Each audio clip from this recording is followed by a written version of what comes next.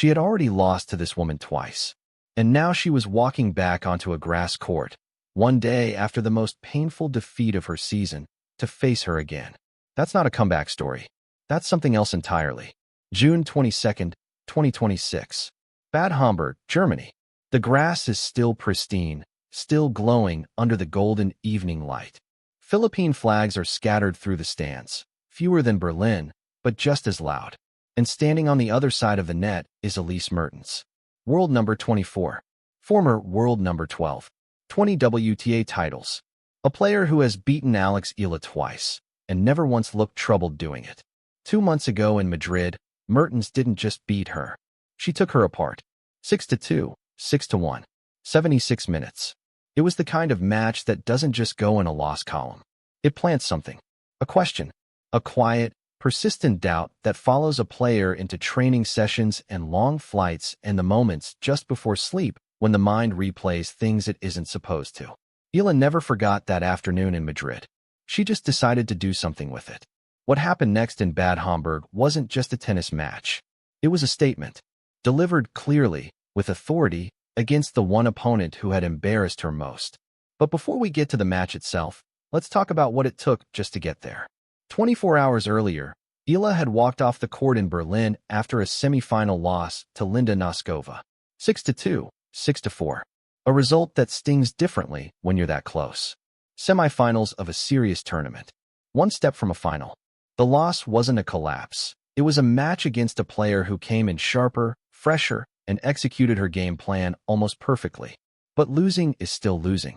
And losing at that stage, with that much built up around it, carries a particular kind of weight. Most players take time after a defeat like that. They process. They recover. They let the emotions settle before stepping back onto a court. Eala had 24 hours.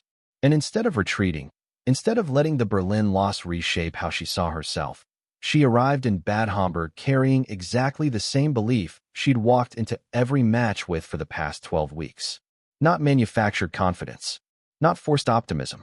The real kind. The kind that comes from watching yourself do things you weren't supposed to be able to do, over and over, until you can't really argue with it anymore. Because here's what the 12 weeks before Bad Homburg actually looked like.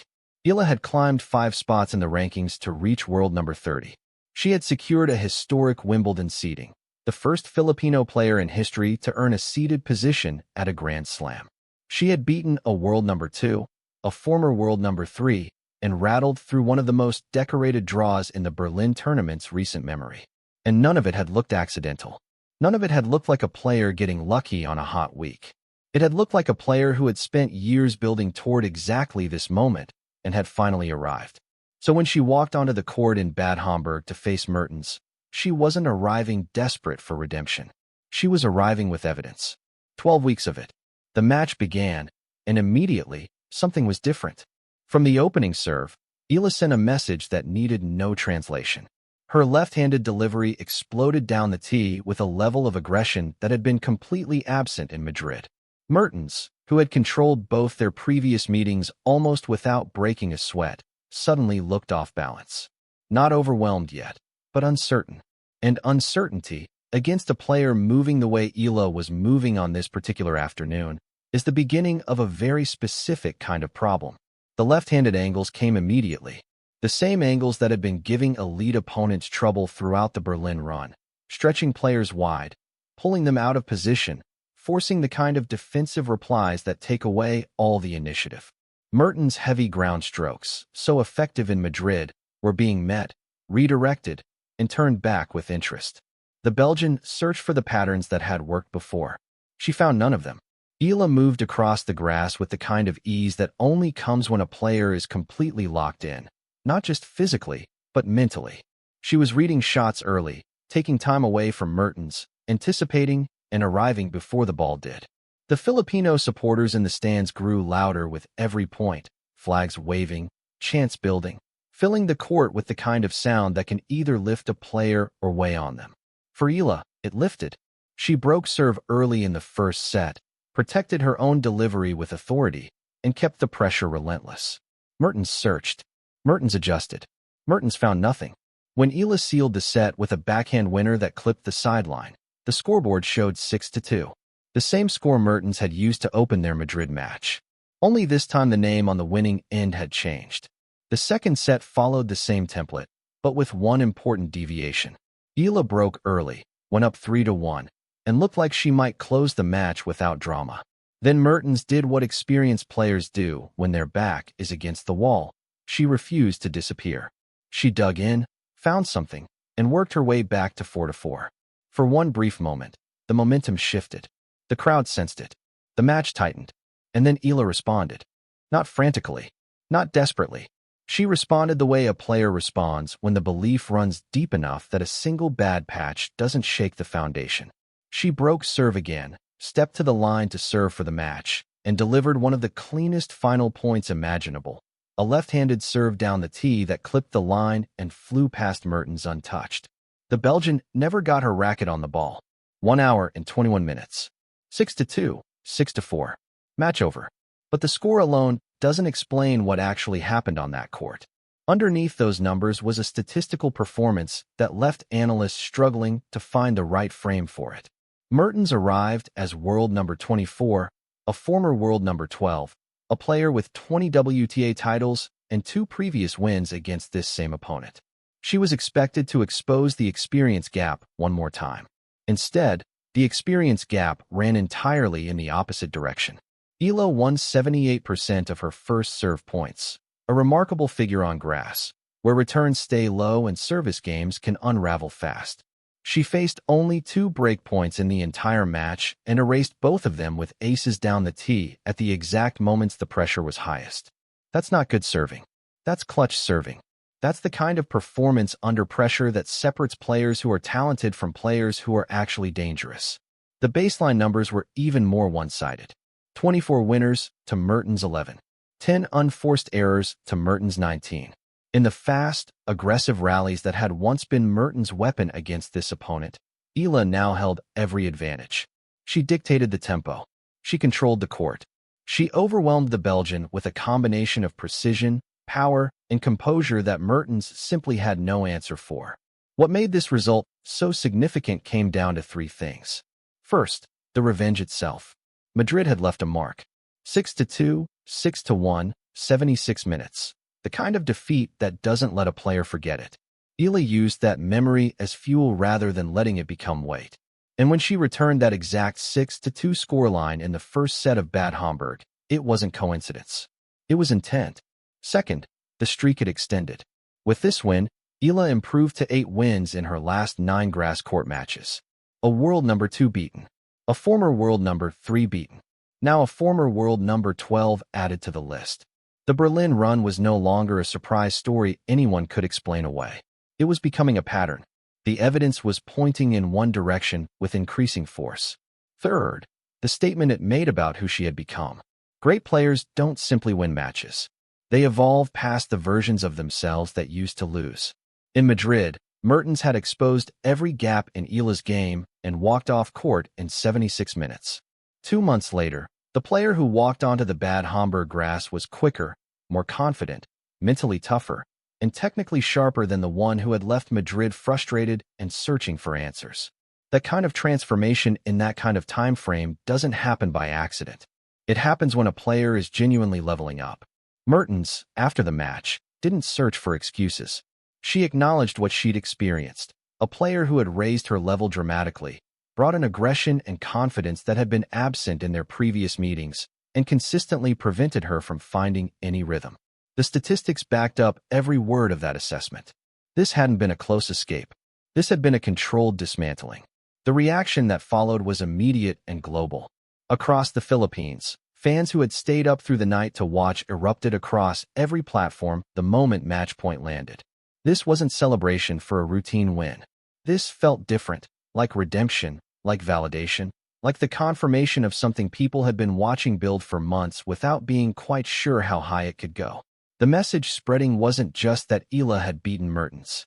It was that she had beaten her like this. Convincingly, confidently, without a hint of the player who had been dominated in Madrid. Tennis journalists and analysts were equally struck, not just by the result, but by the timing. 24 hours after a semifinal loss in Berlin, against an opponent who had beaten her twice. On a surface, she had spent an entire season mastering. Many noted that her ability to recover emotionally from the Berlin defeat and immediately produce one of the most complete performances of her season revealed something about her mental composition that couldn't be coached. Plenty of talented players struggle for days after a painful semifinal loss. Eala channeled it into fuel inside 24 hours. The discussion shifted quickly. Not whether she belonged among the sport's rising names. That conversation was over. The new question was how high her ceiling actually was. Comparisons to other young talents became inevitable. What kept standing out, though, wasn't the wins themselves. It was the pattern underneath them. The ability to learn from defeats. The ability to make adjustments and come back sharper against players who had previously exposed her. The ability to stay composed when matches tightened and the crowd's energy turned the whole situation electric. Several current and former players sent messages. Support poured in from across the tennis world.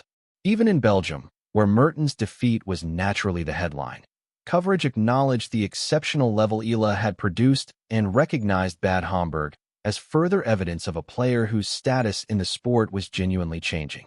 And now Wimbledon was days away. Here's why the timing of this win mattered beyond the trophy and the momentum. June 22nd was the ranking cutoff date used to determine Wimbledon seedings. The top 32 players receive protected draws, seedings that prevent elite players from colliding in the early rounds and give a player room to build into a tournament rather than facing the draw's biggest names immediately. Eala had already made history as the first Filipino player to earn a seeded position at a Grand Slam. That seeding wasn't just symbolic. It was structural. It meant a protected path into the championship. It meant the tennis establishment had, formally and officially, recognized her as someone the draw needed to work around rather than someone who simply showed up and hoped for the best. For a 21-year-old from Quezon City who had spent years battling doubts and expectations and the particular exhaustion of being a promising prospect who hadn't quite broken through yet, that recognition meant something real. But what the ranking cutoff and the seeding couldn't fully capture was the condition in which she was arriving at Wimbledon. Not just ranked inside the top 32. Not just protected by a seeding. Arriving on the back of 12 weeks of proof. Arriving with 8 wins in 9 grass court matches. Arriving having just defeated a former world number 12 with the kind of authority that makes the rest of a draw pay attention in a way rankings alone never quite manage. After the match, Eala spoke with the calm confidence that had become one of her defining features throughout this stretch. She acknowledged Mertens directly, recognized her as an experienced, dangerous opponent who had taught her difficult lessons in their previous meetings. She said those losses had given her something. Not just motivation. Actual information about her own game, about where the gaps were, about what needed to change. And she said, plainly, that she was no longer the same player who had walked off the court in Madrid. There was emotion in the words. But underneath the emotion was something steadier. A belief that wasn't performing itself for the cameras, just existing, quietly, the way real belief does. As she left the court with the Philippine flags still waving in the stands and the chants still echoing through the venue, the picture forming around her season had become impossible to misread. She had beaten a world number 2. She had beaten a former world number 3. She had just beaten a former world number 12. She had made history at a Grand Slam. She had bounced back from a Berlin semi-final defeat inside 24 hours and delivered one of the most complete performances of her career. She had arrived at Wimbledon seated, confident, and playing the best tennis of her life. The young Filipina, who once fought simply for recognition, was now entering tournaments with genuine expectations attached to her name. And she was proving, match by match, week by week, opponent by opponent, that she had both the talent and the mentality to meet those expectations head-on. The victory over Mertens wasn't the conclusion of anything. It was the opening of a bigger chapter, one that the tennis world, whether it was ready or not, was about to watch unfold on the most famous grass in the sport. Wimbledon was next, and Alex Eala was coming.